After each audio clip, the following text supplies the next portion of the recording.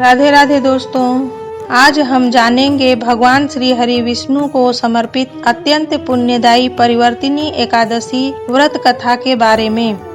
भाद्र मास के शुक्ल पक्ष की एकादशी को परिवर्तिनी एकादशी कहा जाता है। इसे वामन एकादशी और जल झूलनी एकादशी के नाम से भी जाना जाता है।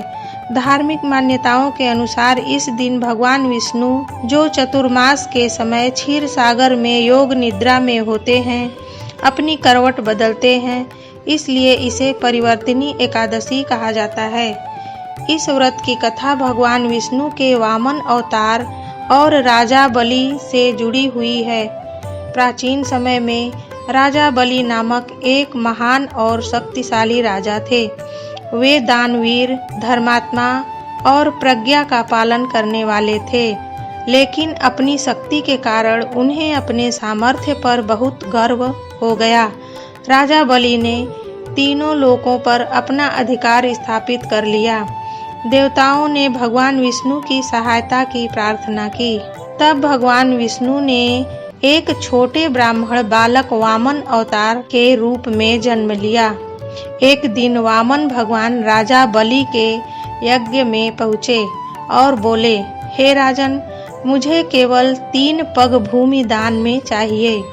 राजा बलि ने हंसते हुए कहा, हे बालक, जितनी भूमि चाहिए मांग लो।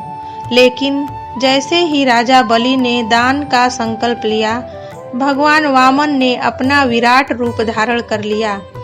अपने पहले कदम में उन्होंने पूरी पृथ्वी नाप ली, दूसरे कदम से स्वर्ग लोक को, अब तीसरे कदम के लिए स्थान ही नहीं बचा। राजा बलि समझ गए, यह कोई साधारण बालक नहीं, स्वयं भगवान विष्णु हैं। उन्होंने अपना सिर आगे करते हुए कहा, प्रभु, तीसरा कदम मेरे सिर पर रख दीजिए।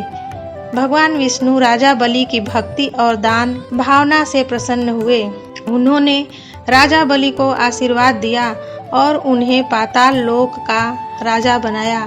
साथ ही यह वरदान दिया कि वे सदैव उनके द्वार की रक्षा करेंगे। मान्यता है कि परिवर्तिनी एकादशी का व्रत करने से मनुष्य के पापों का नाश होता है, जीवन में सुख समृद्धि आती है और भगवान विष्णु की कृपा प्राप्त होती है।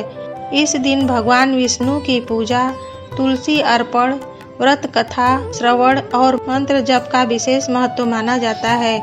आइए भगवान विष्णु का स्मरण करें और बोलें, ओम नमो भगवते वासुदेवाय। भगवान श्री हरि विष्णु आप सभी के जीवन में सुख, शांति और मंगल प्रदान करें।